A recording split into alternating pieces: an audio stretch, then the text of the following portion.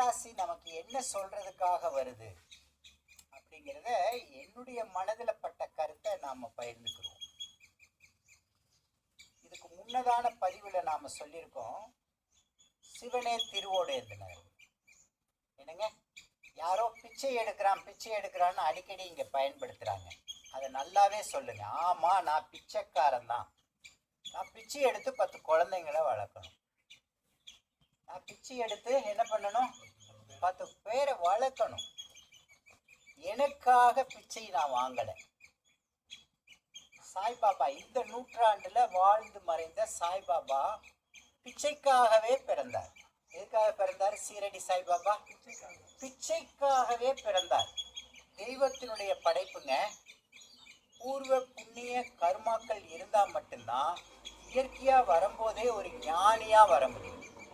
பாருங்க, சித்துங்கிறது வேற, பைக் மேல பாருங்க. சித்து அப்படிங்கிறது வேற, தியானம்ங்கிறது வேற, மௌனம்ங்கிறது வேற, ஞானம் அதுக்கெல்லாம் தாண்டினது என்னங்க? ஞானம். இப்ப நம்ம பேசிட்டு இருக்கோம் பாத்தீங்களா, இந்த வார்த்தைய நான் உள்ளுக்குள்ளேயே சொல்லி ஒருத்தரை பிளஸ் பண்ணன்னு வச்சுக்கோங்க, அதுக்கு பேரு ஞானம். ஓம்கார மந்திரத்தை வெளிப்படையா நாம சொல்றோம். ஏன் சொல்றோம்? இப்படி பழகிக்கிட்டு நாளாக அது முணுமுணுக்க ஆரம்பிக்கணும். நம்ம இப்ப சொன்ன 3 முறை சொல்லிட்டு விட்டுட்டோமா, அதனுடைய பலன் அவ்வளவுதானா? பரமஹம்சருடைய மனைவி அந்த அம்மா சொல்றாங்க, சாரதா தேவி, 1 கோடி முறை இறைவனுடைய ஞானத்தின் நாமத்தை நீங்க உச்சரிச்சீங்கன்னா நீங்க முக்தி அடையலாம்னு சொல்றாங்க. நீங்க ஒண்ணுமே செய்ய வேணாம். ஏன்னா ஒண்ணுமே செய்ய வேணாம். இப்ப நம்மளால செய்ய முடியாத சூழ்நிலையில தான் இருக்கோம். ஆனா இந்த சூழ்நிலை எதனால கொடுக்கப்பட்டுச்சுன்னா, இறைவனுடைய காலடியை பற்றி கொள்வதற்காக கொடுத்தது. இறைவனுடைய பாதத்தை இப்பயாவது பிடிச்சுக்கடா, உனக்கு அடுத்த பிறவின்னு நல்ல முக்தி கொடுத்து அடுத்த பிறவிய சூப்பரா தரண்டா. ஆனா இப்ப என்ன செய்யணும்? அடுத்தவனுடைய மனது கூட பாதிச்சிடக்கூடாது. நம்மளுடைய செய்கை எப்படி இருக்கணும்? அடுத்தவருடைய மனதை கூட புண்படுத்திடக்கூடாது. அப்படியே புண்படுத்தினாலும் காலையில நம்ம சங்கல்ப பிரார்த்தனைகளை வச்சிருக்கோம். அதை தான் நான் சொல்றேன், உணர்ந்து செய்யுங்க. பிரபஞ்சமே, நான் உனக்கு எதிராக எவ்வளவோ கெடுதல் செஞ்சிருக்கேன்.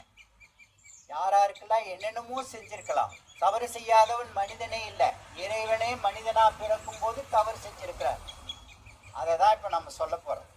முன்னதான பதிவுல என்ன பண்ணார்? ஈசன் திருவோடு ஏந்தி வந்தார். யாருக்காக வந்தார்?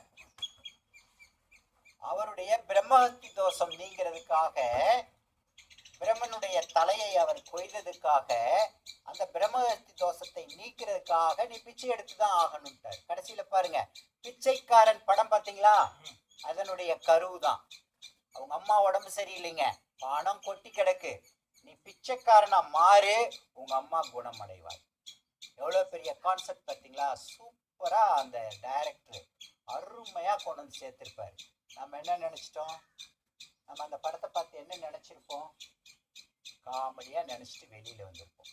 அந்த கான்செப்டை உள்ள பார்க்கும்போது பிச்சை எடுக்கிறதுங்கிறது அவ்வளவு எளிதான விஷயம் இல்லை. இப்படி போய் யாருக்கிட்டையாவதும் பஸ்ஸில் நாம உட்கார்ந்துருக்கோம், ஒரு பிச்சைக்காரர் வர்றாரு, யாசகர் வர்றாரு. அவர் என்ன பண்றாரு? அப்படியே எல்லார்கிட்டையுமே கையேந்துவார். ஐயா ஐயா ஐயா ஐயா, தாயே தாயே தாயே தாயே ஐயா அப்படின்னு சொல்லுவார். அவருக்கு தெரியாது அதுல யார் கொடுப்பா யார் கொடுக்க மாட்டான்னு தெரியாது. ஆனா அவர் எல்லாருக்கிட்டையுமே கேட்பார். சில நேரத்துல எனக்கு ஒரு அனுபவம் இருக்கு. ஒரு நல்ல திடகாத்திரமான மனிதன் பிச்சை எடுத்து வர்றாரு. பக்கத்துல இருக்கவர் 10 ரூபா போட போறாரு. நான் தடுக்கிறேன். நல்லா இருக்காங்க, அவெல்லாம் உழைச்சு சம்பாதிச்சா என்னங்க அப்படின்னு ஒருத்த வார்த்தையை சொன்னத அப்படியே நான் இந்த இறைக்குள்ள வரும்போது, இந்த இறை ஆற்றலுக்குள்ள வரும்போது நான் எவ்வளோ பெரிய தப்பு செஞ்சிருக்கேன். ஒருத்தன் தர்மம் செய்யறத போய் தடை செஞ்சிருக்கேன். பார்த்தீங்களா? உலகத்திலேயே மிகப்பெரிய குற்றம் எதுங்க? பொல்லாங்கு பேசுதலும் பிறருக்கு கொடுப்பதை தடுத்தலும். என்னதுங்க? இந்த 2 கான்செப்ட் இருக்கு இல்லையா? ஒருத்தி இல்லாம இருக்கும்போது, ஒருவன் இல்லாம இருக்கும்போது அவனை பற்றி குறையா பேசுறதும், ஒருவன் ஒருவனுக்கு கொடுக்க போகும்போது அதை தட்டி விடுறது, அதை தடுக்கிறதும் பெரும் பாவம்னு இறைவன் சொல்றார். வந்தது நானுடான்ற திடகாத்திரமான மனிதன் என்ன சொல்றான்? எனக்கு இந்த இறைக்குள்ள வந்ததுக்கு அப்புறம் ஐயோ அன்னைக்கு நான் தப்பு செஞ்சனே, வந்தது யாரு? ஈசனே இல்ல வந்தான், ஈசனே கையெடுத்து வந்தான். அந்த ஈசனுக்கு 10 ரூபாய் போட்டு அவன் கர்மாவை குறைச்சிக்கணும்னு நினைக்கும் போது 2 தப்பு பண்ணிட்டனே. ஈசன் எடுத்துட்டு போய் தன்னுடைய சீடர்களுக்கு கொடுக்கறதையும் இவன் கொடுத்து அவனுடைய கர்ம வினையை குறைக்கிறது 2 தவறுக்கு காரணமா இருந்துட்டேனேன்னு புரிய ஆரம்பிச்சு. இந்த தவறை நாம எப்பயுமே செய்யக்கூடாது. யாரும் இல்லாம இருக்கும்போது அவங்கள பொல்லாங்கு பேசக்கூடாது. யாருக்கும் கொடுக்கும் போது, யாசகம் கொடுக்கும் போதோ தர்மம் கொடுக்கும் போதோ தன்யம் எதை செஞ்சாலும் அதை தடுக்க கூடாது. ஏன்னா அந்த நிலை அவருக்கு கையேந்திர நிலையில் இருக்கவனுக்கு அவர் கொடுத்தாதான் விஷயம். நான் கொடுக்கலைன்னா பரவாயில்லை, பேசாம இருந்தாலே பாவத்தை ஏத்துக்காம இருப்பேன். அடுத்தவருடைய மனது புண்படும்படியாக, எப்படி அடுத்தவருடைய மனது புண்படும்படியாக பேசியதே அடுத்த குற்றம்ன்றான். அது பெரும் குற்றம்ன்றான். நீ கொலை செஞ்சிரு, ஈஸியாயிடும். நீ கொலை செஞ்சிரு, அது ஈஸியா முடிஞ்சு, ஒரு ஆன்மாவை முடிச்சிட்ட.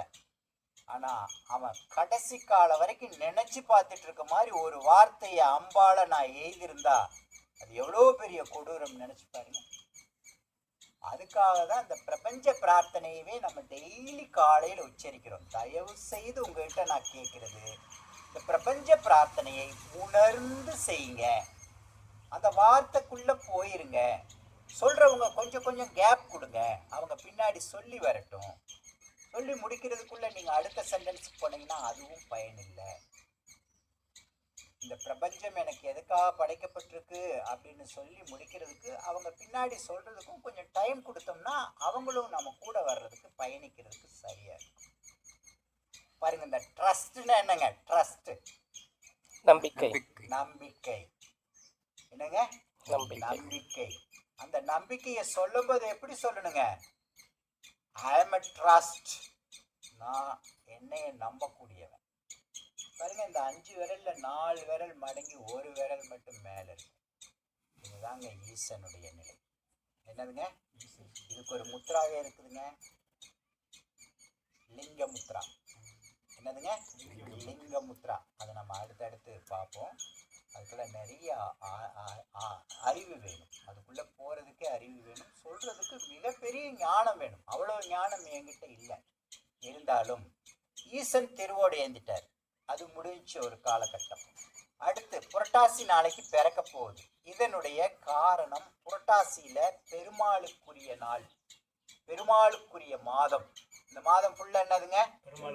அதை நீங்க பிரணயாம பயிற்சி செய்யும் போதோ தியானம் செய்யும் போதோ உணர்ந்தீங்களா என்னன்னு தெரியல. தென்றல் அப்படியே வருடிட்டு போகுதுங்க. என்னங்க? உடம்பு அப்படியே சிலு சிலு சிலு சிலுன்னு ஒரு உணர்வு ஏற்படுங்க. அந்த உணர்வை நீங்க உணர்ந்தா மட்டும்தாங்க உணர முடியும். நான் சொல்லி எனக்கு ஏற்பட்ட நிலை உங்களுக்கு ஏற்பட்டுச்சுன்னா தான் உங்களுக்கு புரியும். நான் எனக்கு ஏற்பட்டுச்சுன்னு நான் பேசிட்டு இருந்தேன்னா அதுல எந்த பிரயோஜனமுமே இல்லை. வெங்கட்ரமணா கோவிந்தா கோவிந்தா கோவிந்தா. நாளைக்கு பிறக்கிற 4 சனிக்கிழமை வருது. எவ்வளோ பெரிய கோடீஸ்வரனா இருந்தாலும் நீ 4 வீட்டுக்கு கையேந்தி போய் பிச்சை வாங்கிட்டு வந்து எனக்கு பொங்கல் வைகின்ற என்ன சொல்றாருங்க? கிராமத்தை போட்டுட்டு சிறு பிள்ளையில அறியாம நாம் ஓடிப்போம். பெரியவங்கெல்லாம் பஜனை பண்ணிட்டு வருவாங்க. கிராமங்கள் என்ன வருவாங்க?